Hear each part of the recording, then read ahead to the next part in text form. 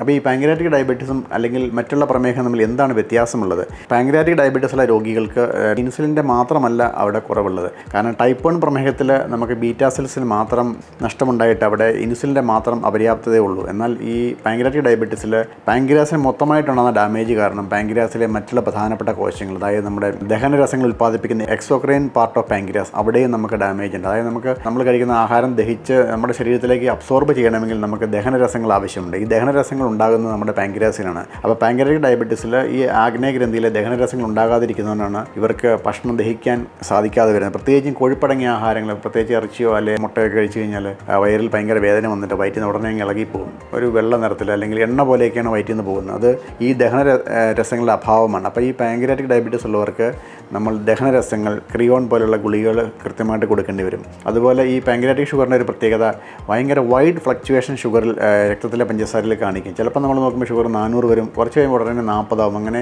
ഒരു brittle diabetes, അതായത് വളരെ ഒരു ഫ്ലക്ച്വേറ്റിംഗ് ബ്ലഡ് ഷുഗർ ഇവരുടെ ഒരു പ്രത്യേകതയാണ്. അതുപോലെ പാങ്ക്രിയാറ്റിക് ഡയബറ്റീസ് രോഗികൾ എല്ലാ വർഷവും നമ്മൾ അൾട്രാസൗണ്ട് സ്കാൻ ചെയ്ത് നോക്കണം. കല്ലുകളൊക്കെ ഉള്ള പാങ്ക്രിയാസ് ചിലപ്പോൾ കുറച്ച് കഴിയുമ്പോൾ കാലക്രമേണ പാങ്ക്രിയാസിൽ ക്യാൻസർ വരാൻ ഇവർക്ക് സാധ്യതയുണ്ട്. അതുകൊണ്ട് എല്ലാ വർഷവും നമ്മൾ പാങ്ക്രിയാസിൻ്റെ പ്രത്യേക ടെസ്റ്റുകളും ക്യാൻസർ പരിശോധനകളൊക്കെ ചെയ്യുന്നത് വളരെ അത്യന്താപേക്ഷിതമാണ്.